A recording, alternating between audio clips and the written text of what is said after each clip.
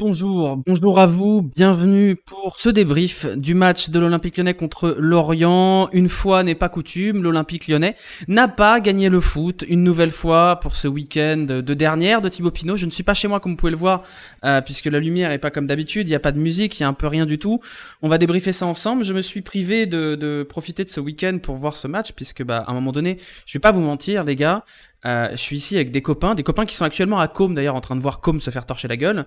Je leur ai dit, ils m'ont dit mais pourquoi tu fais ça? Pourquoi tu restes dimanche te saccager ton week-end? Je dis écoutez, moi je pense qu'on va gagner contre Lorient parce que je suis un grand débile. Donc je dis si jamais je suis pas là pour débriefer la première victoire de l'OL de la saison, croyez-moi bien que tous les mecs sur internet qui disent que je graille sur les défaites de l'OL, ils vont s'en donner à cœur joie. Donc je vais débriefer Lyon-Lorient parce que ça me casserait les couilles de rater la première victoire de l'Olympique Lyonnais. Ce sera pas aujourd'hui. Ce sera pas aujourd'hui. Malheureusement, je suis là tout seul à Bergame. Il fait beau, il fait bon, il fait 27 degrés. J'ai passé un week-end formidable, entouré de beaucoup de gens très heureux. Hier, j'ai fait un bisou à Quentin Paché et j'ai fait un câlin à Thibaut Pinot. Et puis là, je suis comme une merde dans mon Airbnb à Bergame, tout seul, à devoir débriefer un nouveau match nul de l'Olympique Lyonnais. Alors c'est bien, hein, on a 3 points. C'est-à-dire qu'on a pris 33% des points de la saison ce soir. L'Olympique Lyonnais qui s'est tiré une balle dans le pied, mais vous allez voir, on va en parler ensemble. Je sais que votre sentiment là, il est à peu près le même que le mien, c'est-à-dire que vous avez envie de fracasser une table, mais vous allez voir ensemble qu'il y a quand même du positif à tirer de cette rencontre. Il y a aussi beaucoup de négatifs, il y a beaucoup de choses à dire, il y a beaucoup d'enseignements, et pour un peu en préambule de tout ce qu'on va dire plus tard, on va dire que Fabio Grosso apprend petit à petit que les choix forts payent et qu'il faut pas écouter les cadavres du staff qui lui conseillent probablement de mauvaises choses, puisque j'ose espérer que ce n'est pas Fabio Grosso qui a eu l'idée de ce coaching. Peut-être que si, peut-être que non, on en parlera après. On va discuter de tout ça ensemble, on va refaire un peu l'historique du match, de comment ça s'est passé, de ce qui s'est passé dans cette rencontre, de ce qu'il y a eu de bon, de mauvais, et on fera les notes, même si je vous avoue que je suis pas chez moi, je suis sur mon PC portable. Vous savez quoi, je vais vous montrer, parce qu'on est plus à ça près, le micro. Je vais vous montrer parce qu'on est rigolo. Si vous êtes sur YouTube, déjà mettez des pouces et compagnie, ça fait plaisir. Le micro est sur une casserole. Voilà, le micro est sur une casserole parce que j'ai oublié le socle de mon micro. D'ailleurs, désolé pour les bruits intempestifs, ça doit vous casser les oreilles. On est sur un débrief complètement à l'arrache. Là, on est vraiment sur débrief en vacances, mal préparé. Il n'y a pas le socle, il n'y a pas les bras, c'est un bordel. On va faire ça ensemble. Merci à tous ceux qui s'abonnent et qui me donnent quand même de l'argent malgré l'investissement ridicule que j'ai mis dans ce stream. Si vous êtes sur YouTube, n'oubliez pas les pouces. Et je vous rappelle, tant que vous êtes encore assez nombreux, que mardi, il y aura l'interview de Christian Prudhomme sur la thématique de comment construire un Tour de France. Et cette fois, ce sera un peu plus pro que ça, je vous le promets. On rentre dans le vif du sujet de ce match, 3 partout. On a longtemps cru que ça y est, l'Olympique Lyonnais allait voir le bout du tunnel. Ça y est, enfin, l'Olympique Lyonnais allait arracher 3 points. Alors qu'il y a un chien qui est en train d'aboyer dehors, je ne sais pas si vous l'entendez. Vas-y, fais rentrer Toli sur le Penant et Baldé, ça leur donnera la confiance à la victoire. Ouais, on va en parler. Merci Sogekon pour le prime. On va en parler. Ouverture du score. Un petit peu, cueilli à froid de Eddie Croupi sur une frappe enroulée sublime à peu près au quart d'heure de jeu. Là, on s'est dit, on va aller mourir en fait, hein, voilà. Puis Lorient s'est écroulé. Lorient, au début de cette rencontre, pire défense de Ligue 1, c'est pas ça qui va arranger leurs statistiques. Et il a quand même fallu pas mal de temps pour que l'Olympique Lyonnais trouve une première occasion. Et cette première occasion est arrivée par l'intermédiaire de Ernest Nuama. Premier but de Ernest Nuama à la 21e minute sur un ballon mal repoussé, une très belle reprise de volée d'Ernest Nuama. Et dans la foulée, Alexandre Lacazette s'est offert un but sur une très belle passe de Jeffinho et un enchaînement brillant d'Alexandre Lacazette qui a été très bon ce soir, mais malheureusement, il ne peut pas tout faire tout seul, Alexandre Lacazette, malheureusement. On va parler de tout ça ensemble. Derrière, nous avons eu un but d'Alexandre Lacazette sur un penalty obtenu par Jeffinho également. 3-1 à la pause. On s'est dit, ça y est, c'est bon. L'Olympique Lyonnais marque des buts. L'Olympique Lyonnais mène au score. 3-1. Normalement, ça devrait aller. Et puis, patatras, coaching catastrophique de la part de Fabio Grosso, parce qu'il va quand même falloir dire les choses, et il se trouve que ce match nul, il est pour Fabio Grosso et son coaching, parce que les entrants ont été absolument calamiteux. On a un but d'Eddie Croupi qui vient après un peu de tergiversation, et on a derrière une frappe absolument monumentale de l'arrière gauche Yongwa, je crois, je sais plus comment il s'appelle, qui vient d'une relance, mais c'est même pas une relance en vrai, c'est un brain freeze, je sais pas, un brain fart un moment d'absence de Mamba Baldé, qui récupère le ballon sur le côté gauche du terrain, à environ 25-30 mètres de son but, et qui décide de repiquer dans l'axe, et de faire une relance dans l'axe, c'est-à-dire que toutes les écoles de football, les gamins, on leur apprend à ne pas relancer dans l'axe, et c'est exactement ce qui s'est passé, passe directement pour Yongwa, qui balance un missile dans la lucarne d'Anthony Lopez. Avant ça, on a eu un double arrêt d'Anthony Lopez à la 72e qui sauve déjà le match. On est sur un sabordage en règle qui c'est dur quand même, hein. C'est vraiment dur, hein. C'est vraiment dur de supporter l'Olympique Lyonnais en ce moment. C'est vraiment dur de voir certains joueurs au bout du rouleau. Et on va parler d'Alexandre Lacazette parce que j'ai été le premier à critiquer son niveau de jeu sur les premiers matchs, sa suspension, de trouver que Lacazette était un peu en dedans.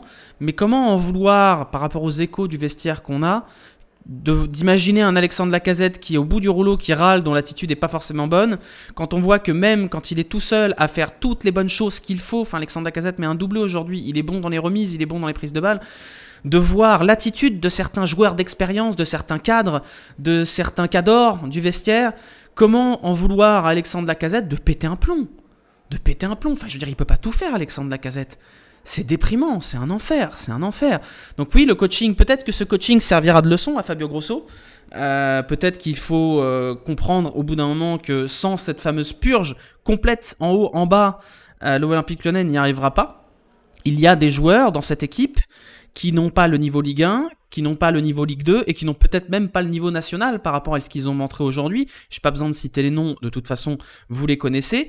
On avait eu, puisqu'il faut reprendre le fil de ce match, des choix forts au départ de ce match, puisqu'on a eu une composition un peu originale avec un Diawara titulaire en numéro 6. Diawara qui sort un peu du chapeau, recruté cet été, qui a pris donc la place de Tolisso au milieu de terrain et qui a été plutôt bon, même si le début de match était un peu calamiteux. Il y a une stat terrible sur la première demi-heure, qui est 100% de duels perdus pour Alvero, Cacré et Diawara sur les 30 premières minutes. Ça en dit assez long sur l'impact physique de ce milieu, même si Diawara était pas si mauvais, même si Alvero, auteur quand même de 20 premières minutes catastrophiques, s'est ensuite pas mal rattrapé. Et Maxence Cacré, Maxence Cacré, c'est très très dur. C'est très très très très dur, mais de toute façon, on va faire les notes après et on en parlera ensemble. Je voulais quand même parler un petit peu de la pelouse, parce qu'on s'est moqué de Montpellier, on s'est moqué de Lorient, ou je sais plus quelle équipe, de Clermont et de Montpellier. La pelouse de l'Olympique Lyonnais, c'est indigne. C'est une pelouse de relégable. Alors oui, on sait, c'est pour le rugby, mais à un moment donné, je sais pas, choisissez mieux les dates, nous faites pas jouer à domicile, ou alors limite on va jouer ailleurs, parce que là la pelouse, elle est à la limite du praticable, elle est presque dangereuse cette pelouse. Donc la honte, voilà, la honte. Qu'est-ce que j'ai à rajouter ? 3 buts contre Lorient, c'est finalement pas vraiment un miracle, étant donné que Lorient en a pris 5 contre Nantes. Lorient, équipe très très faible derrière et qui a quand même pas été foncièrement en danger, un penalty, pas beaucoup de tirs cadrés côté OL. J'ai pas les stats parce que j'ai pas Photoshop sur mon PC portable, mais il y a quasi le même problème à Lorient la saison passée suite au festival, faut s'en rappeler. Oui, et le match a été repoussé d'ailleurs, donc la Ligue aurait pu me faire jouer à Lorient. Je sais pas, peut-être qu'ils voulaient pas parce que l'OL sortait de 2 matchs à l'extérieur, donc ça aurait fait 3 matchs à l'extérieur et c'est pas très cohérent. Mais voilà, bon déjà qu'on voyait pas beaucoup de football, si en plus la pelouse est digne des tranchées de Verdun, un peu compliqué. Parmi les choses que je voulais aborder avant de les évacuer, je voulais qu'on parle de cette main de Lovren. Parce que ça va encore alimenter les trucs complotistes de gna gna gna au LFP et compagnie. Or, tous ceux qui regardent les matchs de l'OL savent que l'OL n'est pas foncièrement bien arbitré. Mais il faut qu'on m'explique. Il faut vraiment qu'on m'explique pourquoi cette main n'est pas sifflée. Alors j'entends l'argument du oui, geste non maîtrisé, le ballon touche le sol et compagnie, mais là on est quand même sur un geste raté de Dejan Lovren qui rabat le ballon avec sa main derrière et qui du coup empêche clairement le Lorientais derrière d'avoir une potentielle occasion de but. Donc je comprends rien aux règles sur les mains, qu'elles soient pour ou contre l'OL, et je vous avoue que j'ai aucune explication au fait que ce penalty n'ait pas été sifflé contre Dejan Lovren, parce que très franchement, pour l'ensemble de l'œuvre, c'est-à-dire rater son geste défensif et rabattre le ballon avec la main, méritait d'être un penalty. Donc faut qu'on nous explique, j'aimerais bien que les arbitres viennent nous expliquer pourquoi il n'y a pas main. Merci. Pourquoi il n'y a pas main ? Pourquoi la VAR n'est pas consultée sur cette main-là ? Enfin, faut qu'on nous explique, parce qu'à un moment donné, ces gestes-là, ces trucs-là, à un moment donné, ça va être contre l'OL et on va péter un plomb. Donc si on est honnête, moi je suis Lorientais, je pète un plomb quand je vois que cette main est pas sifflée. Voilà, donc je sais pas. Vous avez un duo Turpin-De Sheppy, bon voilà, I prefer not to speak. À la VAR, c'était De Sheppy. Pourquoi au moins la VAR n'est pas consultée ? Si l'arbitre décide que la main elle est involontaire et qu'elle doit pas être sifflée, parce que moi je considère que ces mains-là doivent pas être sifflées. Sauf qu'un jour elles sont sifflées, un jour elles sont pas sifflées. Faut m'expliquer qu'est-ce qui légitime le fait que cette main est pas sifflée. Voilà, donc c'est pas le cœur du match. Quoique en vrai si, c'est quand même important pour Lorient. Mais il n'y a pas une histoire de il touche le ballon. Ouais, licitement, mais il se foire. Il se foire, c'est un geste non maîtrisé. C'est un geste foiré. Donc à mon avis, c'est pas pareil que il prend une frappe dans la cuisse qui rebondit sur sa main. Là, il foire son dégagement et il touche la main derrière. Donc j'ai du mal un peu à comprendre tout ça. Bon, c'est anecdotique, on va rentrer dans les choses un peu plus importantes derrière. Bon, on va commencer quand même par le positif. Donc on va faire un peu un rewind, on va oublier cette deuxième période absolument calamiteuse et on va s'intéresser à la première.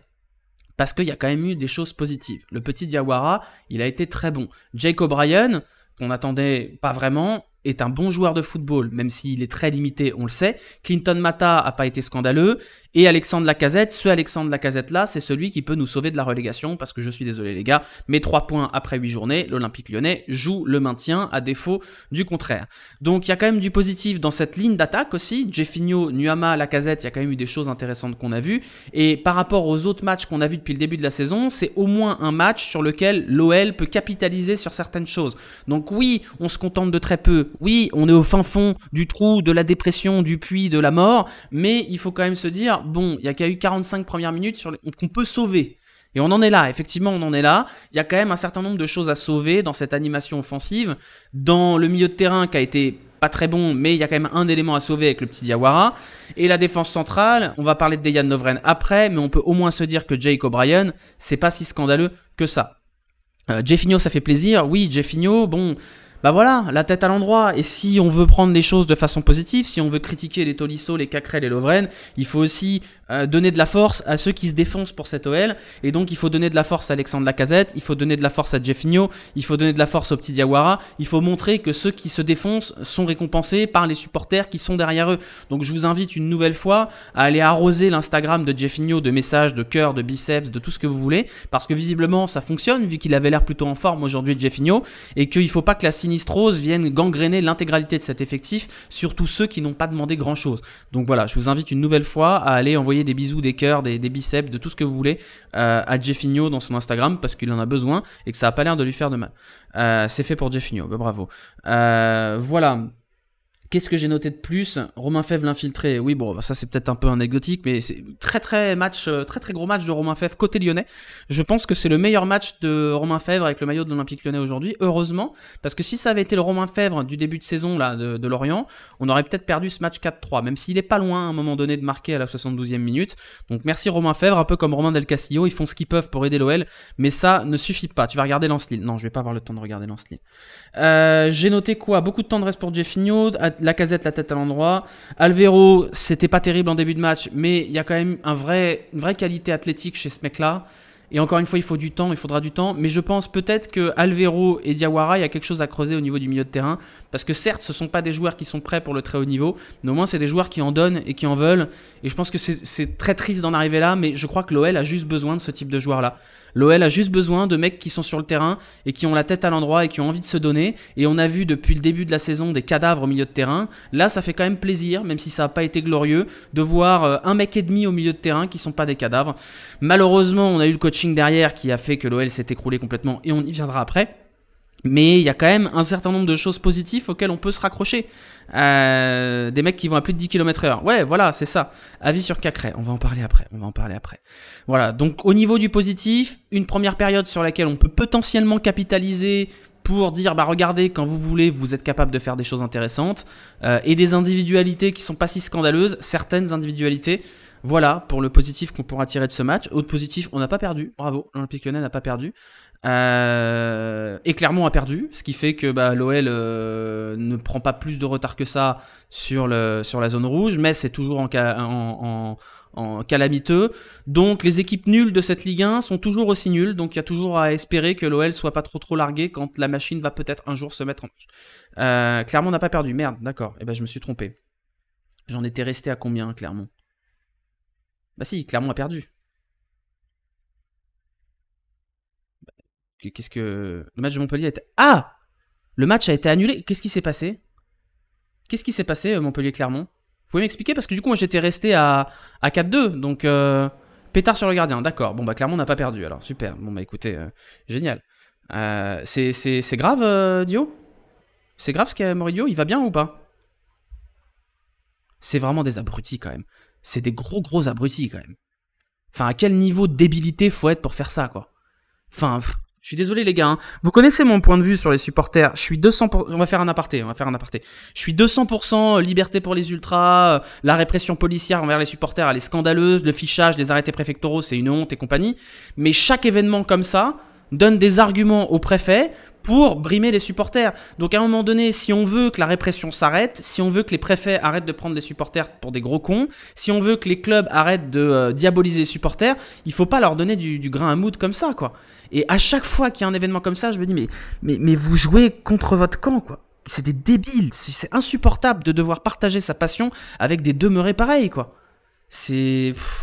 Tu mènes 4-2, t'es tranquille, en plus ton équipe elle est géniale, là. Altamari c'est un crack, Savanier c'est un crack, et tu fais ça, non mais enfin, je suis désolé mais on n'en sortira jamais. On sortira jamais de la répression, on sortira jamais de la surveillance de masse sur les supporters, on sortira jamais des clichés des supporters de foot sont des gogoles, parce qu'il y a une minorité de gogoles qui prend en otage tous les autres supporters de foot en étant des abrutis finis, et ça me rend fou et ça me dégoûte, et tous les clubs sont touchés, hein. C'est pas oui les Montpelliérains, les Marseillais, les Lyonnais, les Parisiens, tous les clubs ont leur lot de gogoles qui prennent en otage tous les fans de foot avec leurs conneries et c'est insupportable. Voilà, bref.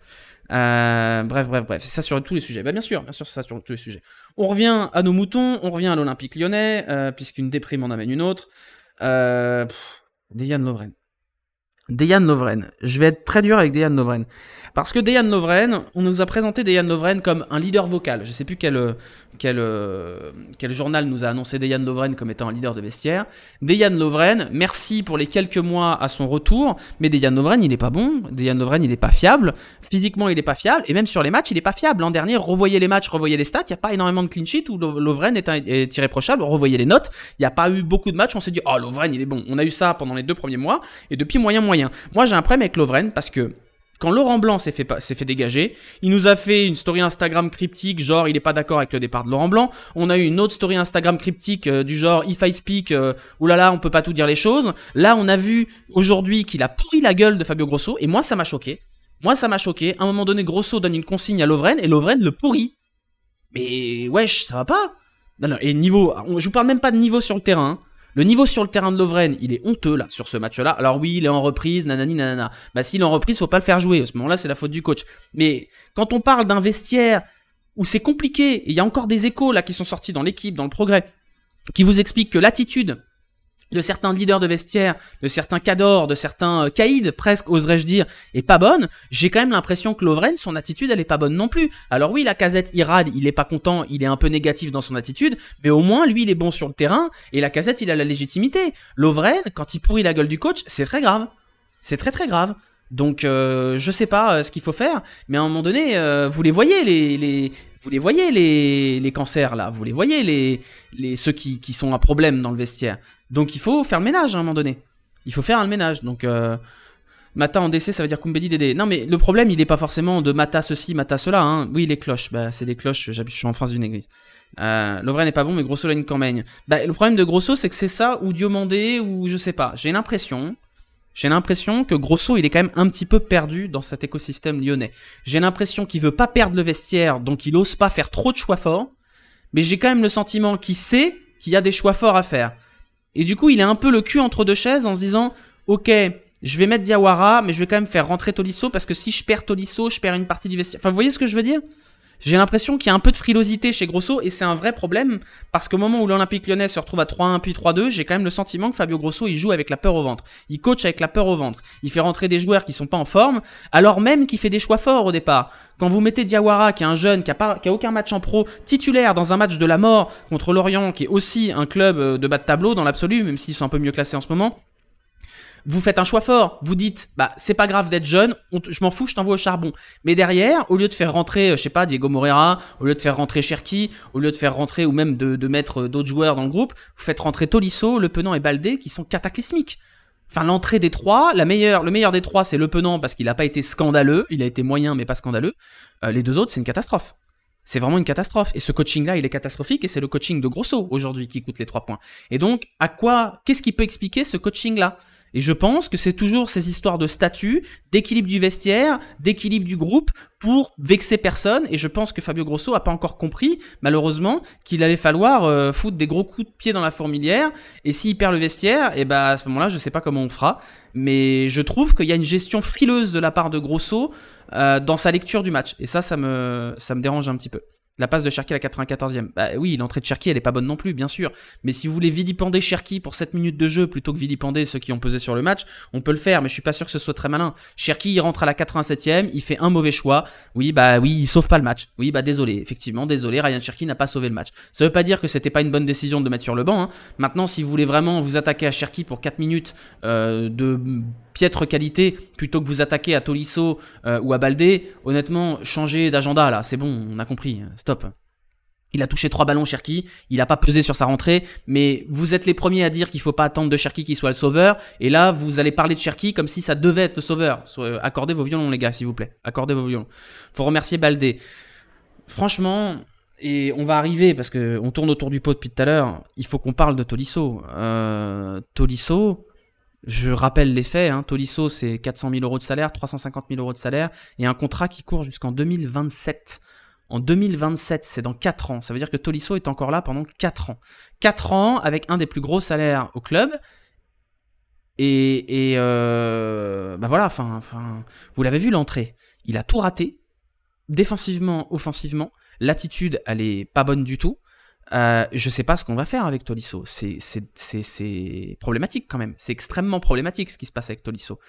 Parce que voilà, on se retrouve avec un Corentin Tolisso qui est revenu en leader de vestiaire, qui est le grand ami de Lacazette, qui du coup peut pas être foutu sous les roues du bus par Lacazette, qui est sous contrat pendant encore 4 ans à un salaire mirobolant et qui n'a absolument aucun apport positif depuis le début de la saison, et c'était déjà laborieux la saison dernière.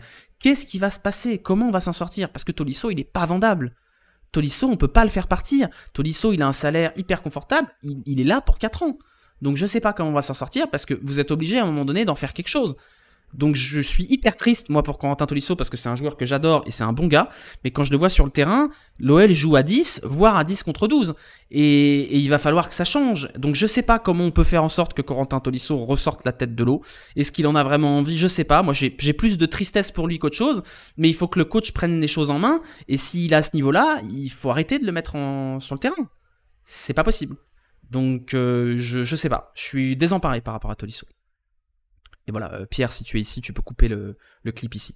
Dès qu'il touche la base, le jeu se stoppe. Ouais, voilà. L'entrée de Baldé, c'est pareil. Baldé, quand il est arrivé, moi, Mama Baldé, je me suis dit, c'est pas mal.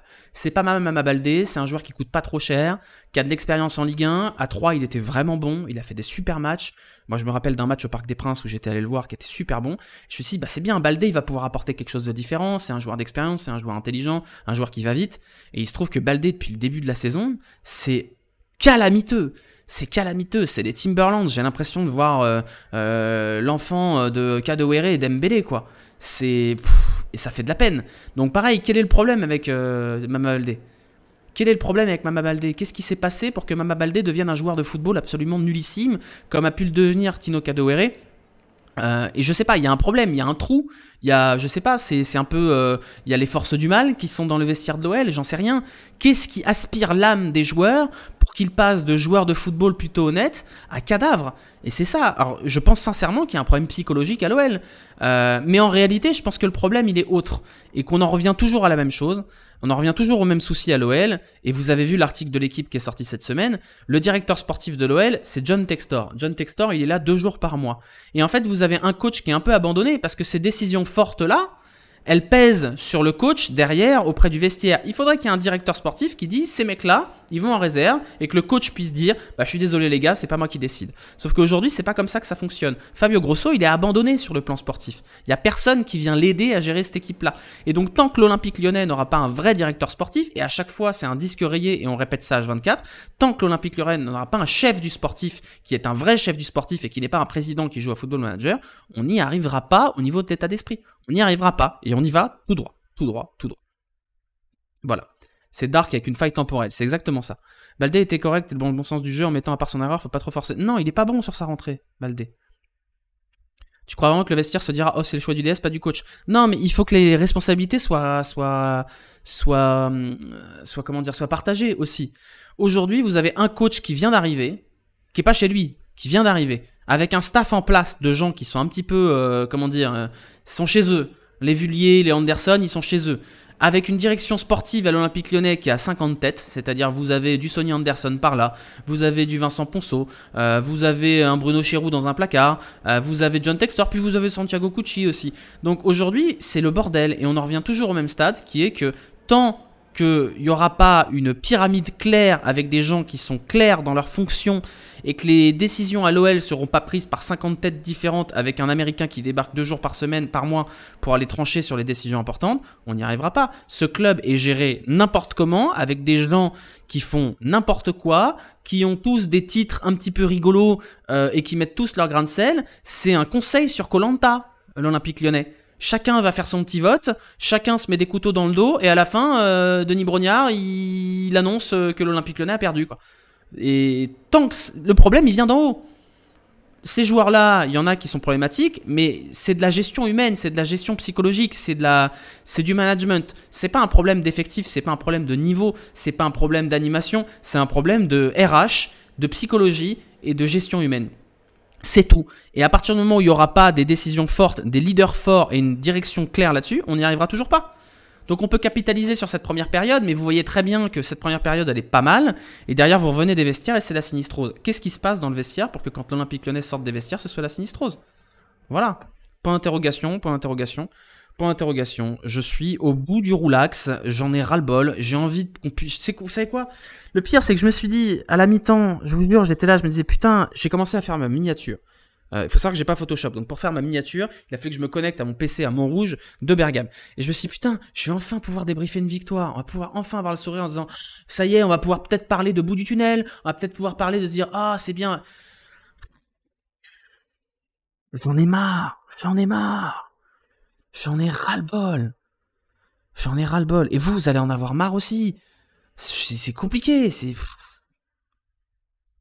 Et mon week-end, il était bien là. Putain, je suis en Italie, il fait beau. Hier, on était 400 dans un virage, 400 gogoles, 400 débiles là, dans un virage à pleurer parce que notre coureur préféré a pu pouvoir faire de vélo. C'était cool. Et là, on est dimanche et je vais rentrer demain à Paris et j'ai les boules. J'en ai marre de l'Olympique Lyonnais. Mais on va continuer à faire la outline dépression. Hein. On peut parler du totem d'humanité de Cacré. C'est vrai qu'on n'a pas parlé de Cacré, mais Cacré, en vrai, il n'y a rien à dire sur Cacré. On a déjà tout dit sur Cacré. Comment on peut expliquer Cacré? Il y a une explication qui... Moi, je sais pas si c'est celle-là, hein, je vous le dis. Il y a une explication physique qui est que Cacré, il n'arrive plus à être bon depuis qu'il a pris en masse musculaire. Et j'ai l'impression que depuis qu'il est devenu un peu plus stock, Cacré, il est devenu moins agile, il est moins dans l'évitement des joueurs. Et du coup, sa force principale, qui était un peu ce côté Verratti, à être dans les petits dribbles, à savoir chercher l'évitement, fuir le duel, aujourd'hui, il va au duel et il les perd. Et j'ai vraiment l'impression que Cacré, en fait, s'est saccagé en voulant se renforcer physiquement. Alors, c'est nous les premiers coupables parce qu'on a dit que Cacré, il fallait qu'il gagne en muscle. Mais en gagnant en muscle, j'ai l'impression qu'il a perdu toute son agilité. Et après, aujourd'hui, non, je suis désolé, la première mi-temps de Cacré, elle est vraiment pas bonne. Et j'ai un autre problème avec Cacré. Et c'est pas de sa faute, c'est les coups de pied arrêtés. Combien de temps il va falloir encore que Maxence Cacré tire les coups de pied arrêtés pour qu'on se rende compte que ça fonctionne pas? Enfin, encore aujourd'hui, il doit y en avoir 6 ou 7 qui sont tirés. Il y en a aucun qui est bon. Il n'y a aucune occasion qui a été créée via un corner ou un coup de pied arrêté. D'ailleurs, il y a un corner qui donne occasion de but à Lorient, encore une fois, parce que ça faisait longtemps. Le coach, il attend quoi là pour dire, bah non, c'est pas toi qui tire les coups de pied arrêtés. Il va falloir que ça change quand même. Il va falloir que ça change. Et Maitland Niles, il sert à quoi aussi? Je vois ton message, je vis triste. Maitland Niles, on nous l'a ramené de Southampton, libre, il touche un salaire, je pense, assez conséquent, puisqu'il touchait 200 000 € à Southampton et à Arsenal. Maitland Niles, il sert à quoi? Qu'est-ce qui justifie aujourd'hui que Maitland Niles passe derrière Tolisso? Parce que je veux bien qu'on nous dise que Maitland Niles, il est pas très fort et que c'est pas un bon joueur de foot, mais à ce moment-là, ça remet en question deux choses. Un, qu'a fait Maitland Niles pour être encore plus nul que Tolisso? Et deux, qu'est-ce qui justifie le fait qu'on ait signé Maitland Niles si c'est pour qu'il joue même pas sur des matchs comme ça? C'est un vrai problème. Là, c'est bien la preuve qu'il y a un problème de direction sportive, parce que vous savez que Maitland Niles, c'est John Textor qui l'a ramené sans prévenir à la cellule en disant tenez, signez-moi ce truc-là. Et là, si à un moment donné John Textor est pas capable de se rendre compte que ce fonctionnement-là n'est pas bon, même s'il est plutôt réussi pour Jack O'Brien, je sais pas ce qu'il faut. Je sais pas ce qu'il faut. Hein. C'est pas lui qui voulait déjà se barrer. J'ai pas d'infos sur le fameux joueur qui voulait se barrer déjà de l'Olympique Lyonnais. Ça, je ne sais pas. Je n'en ai aucune idée. Mais toujours est-il que vous avez des joueurs qui ont été ramenés un peu sans trop qu'on comprenne pourquoi. Sans que la cellule soit impliquée. Regardez Paula Coucou, bah, pouf, disparu. Maitland Niles, pouf, disparu. Alors oui, Jacob Ryan, plutôt pas mal, ok, c'est cool. Jeffinho, plutôt pas mal, ok, c'est cool. Mais vous avez quand même toujours ce même problème de direction sportive. Aujourd'hui, vous n'avez aucun garant à l'Olympique Lyonnais du sportif, du projet sportif. Donc voilà. Blessé à Coucou, je sais pas. Si il est blessé, pardon, il est blessé à Coucou. Vous avez raison. Kaletatsar, oui, c'est vrai qu'on n'a pas parlé de Kaletatsar. Bon, Kaletatsar Lovren, j'en ai marre de parler de tout ça. O'Brien ne doit plus sortir du 11. Mais vous vous rendez compte que on en est au stade où Jake O'Brien, qui est un joueur de D2 belge à la base, est notre meilleur défenseur, voire presque notre meilleur joueur, en dehors de la casette. C'est juste un joueur qui a envie d'être là, O'Brien. C'est un mec qui a des qualités, hein, je veux dire, il est costaud, c'est un défenseur à l'ancienne, il sait pas passer une ballon, il sait pas faire un dribble, mais aujourd'hui, c'est juste un mec qui a comme principale qualité, Jake O'Brien, d'en avoir envie. Bah, il faut trouver 11 mecs qui ont envie, et ce sera déjà pas mal. Et tant pis s'ils ont le niveau Ligue 2, peut-être que 11 mecs de Ligue 2 qui ont envie, ce sera meilleur que 11 mecs de Ligue 1 qui ont pas envie. Nuama, ça allait. Ouais, bah, je suis content pour Nuama. Moi, je suis content parce que déjà, il a marqué et je pense que ça va le délivrer un petit peu. Et je suis content parce qu'il y a quand même quelque chose chez Nuama. Cette ligne d'attaque de 3, elle est quand même un petit peu rassurante. Mais on va en parler après sur les notes. Qu'est-ce que j'ai noté en dehors de ça? J'ai à peu près fait le tour hein, dans l'absolu. C'est quand même, pour faire un petit peu la conclusion de tout ça, ça fait quand même du bien de pouvoir crier sur un but. Et sur le deuxième but de la Casette, j'ai crié. Et ça a été peut-être le seul moment de la saison où l'Olympique Lyonnais m'a fait un peu vibrer. Et ça, je l'oublie pas quand même, de se dire que c'est possible de vibrer un petit peu sur un but. Et là-dessus, pas mal. Prochain match, c'est Clermont qui va gagner 2 matchs d'affilée. Prochain match Clermont. Alors entre-temps, on aura la trêve internationale. Dimanche prochain, il y aura un quiz sur la chaîne. Un quiz sponsorisé par nos amis habituels que vous avez en haut de l'écran. Il y aura un maillot à gagner, normalement, pour ce quiz thématique football généraliste, rien de spécial. Donc ce sera dimanche prochain pour remplacer l'absence de débrief. Voilà, vous le savez aujourd'hui. Si vous êtes sur YouTube, n'oubliez pas les petits pouces. Et ce sera pareil en rediff sur la chaîne secondaire. Quelle heure? Ce sera à 21h30 dimanche prochain. Un maillot que vous voulez, vous n'êtes même pas obligé de prendre un maillot de l'Olympique Lyonnais. Voilà, on va enchaîner sur les notes. Si ma souris veut bien refonctionner, allez, on refonctionne, madame la souris, s'il vous plaît.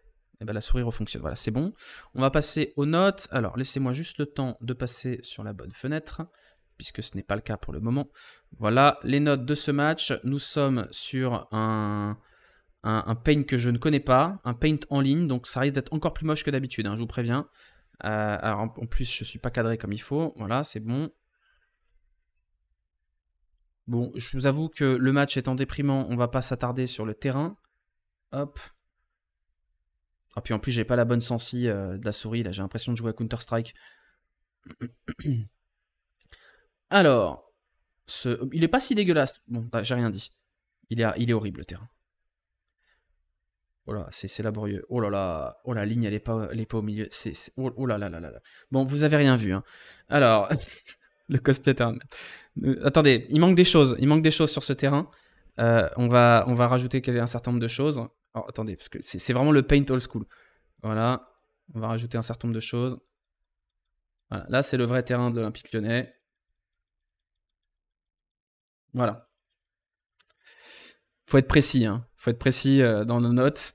Alors, nous avions Anthony Lopez, nous avions Lovren. C'est du terrain ou du caca? C'est les deux. C'est une. Nous avions ici Jake O'Brien. J'arrive pas à écrire, c'est encore pire que d'habitude. O'Brien. Nous avions Tagliafico.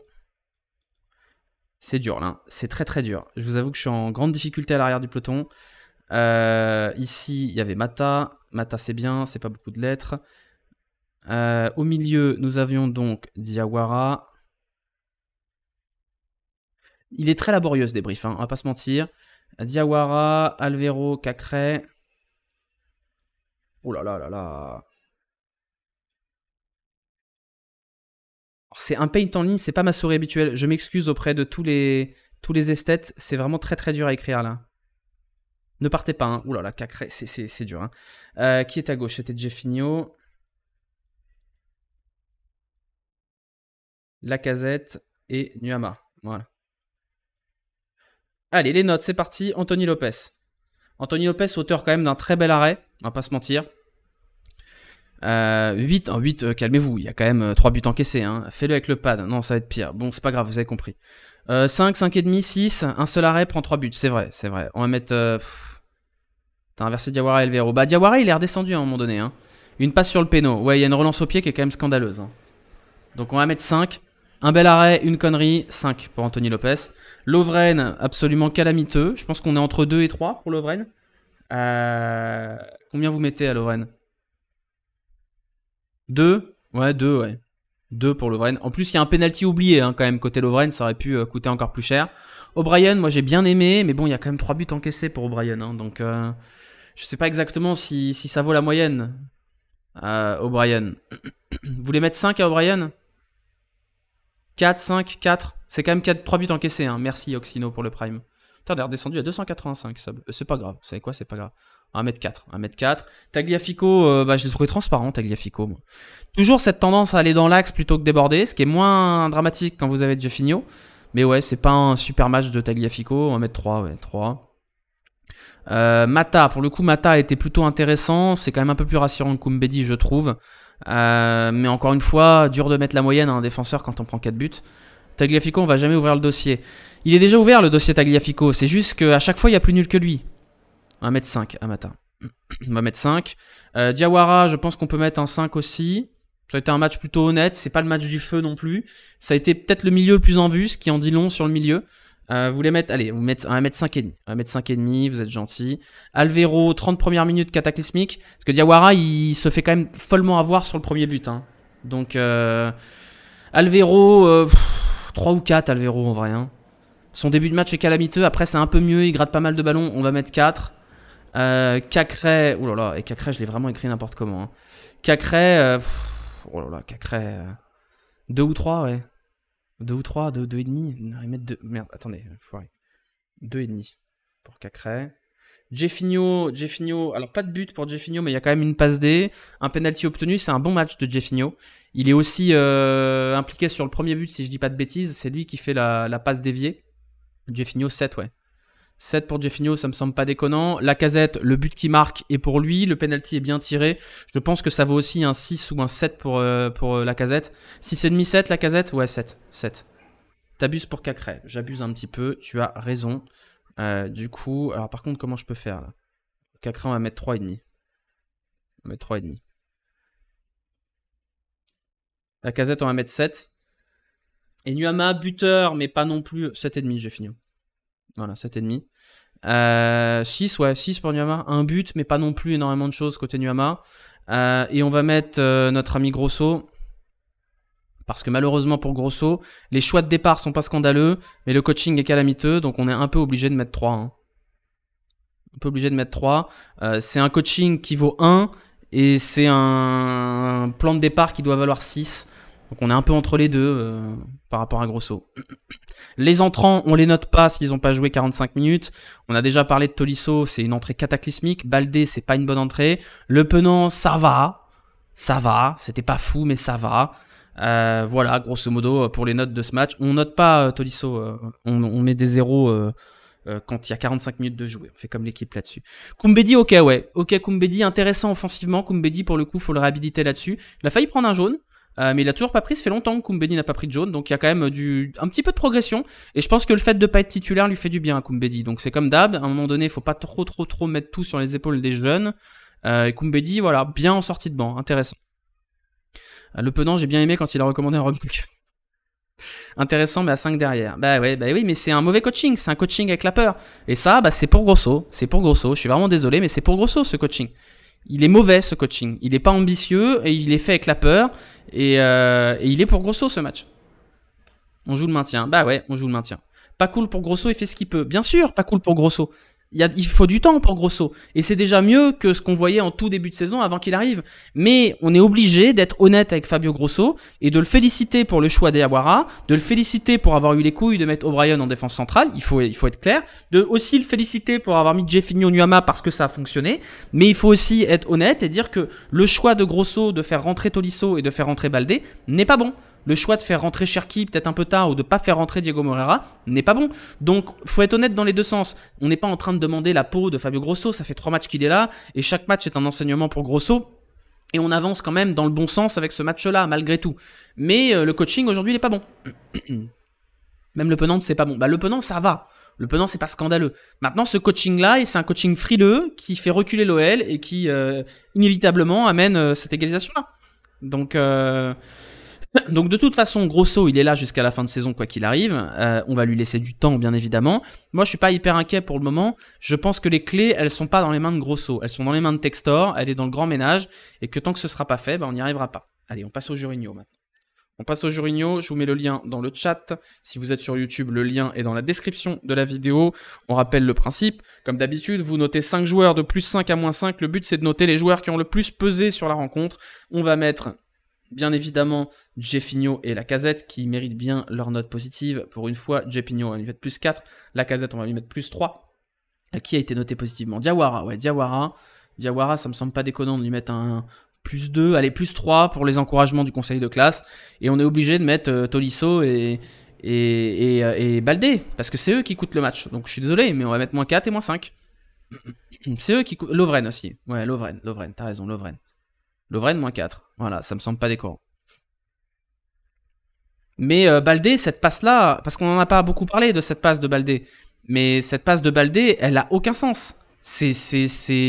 C'est du suicide de faire cette passe-là, à ce moment-là du match, dans cette situation-là. Je comprends pas ce qui se passe dans la tête de Baldé quand il décide de faire cette passe dégueulasse. Comment on vote? Tu te connectes avec ton compte Google et derrière tu peux voter. Tu peux voter, tu as juste à sélectionner les joueurs ici. Tu cliques sur le lien dans le chat et tu dois pouvoir... Ouais, c'est criminel, ouais. Tu penses qu'on va se maintenir? Je peux pas imaginer qu'on va descendre. Le problème, parce que je suis supporter lyonnais et quand on est supporter lyonnais, on peut pas imaginer son équipe descendre en Ligue 2 jusqu'à ce qu'on soit à la 34e journée. Mais aujourd'hui, on a 3 points après 8 journées. Donc 3 points après 8 journées, bah, refaites-moi le calcul qui a été fait sur les 2 points après cette journée pour voir comment s'en sortent les équipes à ce stade-là. Mais aujourd'hui, l'OL est favori pour descendre. C'est un fait. Statistiquement, l'OL est favori pour descendre. Donc on aura beau se leurrer autant qu'on veut. 3 points en 8 matchs, c'est un rythme de relégué. C'est pas un rythme d'équipe qui joue le maintien. C'est un rythme d'équipe qui descend. Donc on aura beau se dire on est l'Olympique Lyonnais, l'équipe elle est pas aussi nulle que je sais pas Clermont, Metz ou ce que vous voulez. Mais aujourd'hui l'Olympique Lyonnais joue le maintien et pas du bon côté du navire. Donc faut pas se leurrer. Aujourd'hui la réalité c'est que oui l'OL joue le maintien et l'OL est relégable et puis même bien relégable.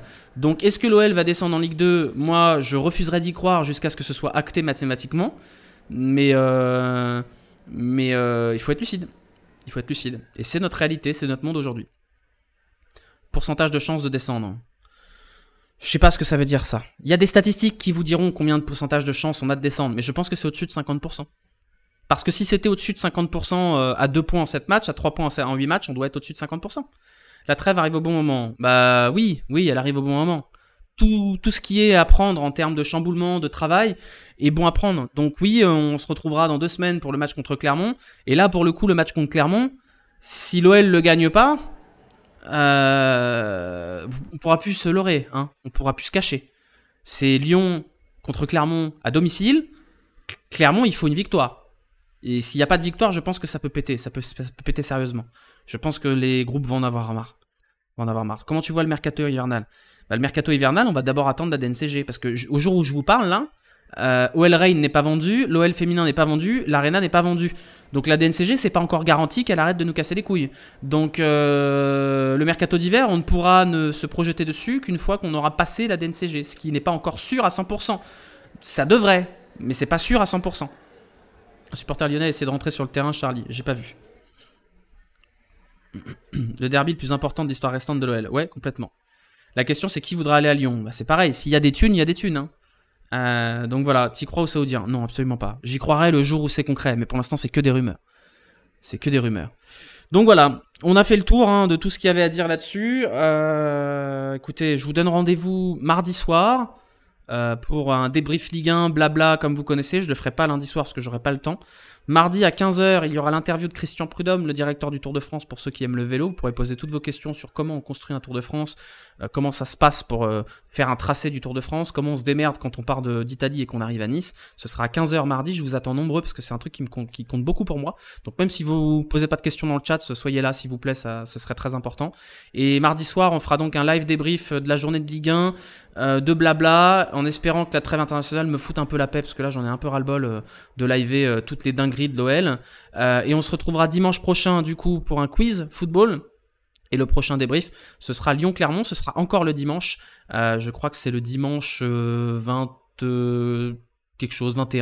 Ce sera à 23h, le débrief comme d'habitude. Si vous êtes sur YouTube et que vous êtes arrivé jusque-là, bah déjà bravo, vous faites partie de l'élite.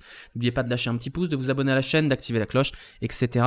Je vous souhaite une bonne fin de week-end. Moi, je vais aller profiter de mon dernier jour en Italie, à Bergame, et on se retrouvera bien assez tôt avec un setup qui sera un petit peu moins catastrophique.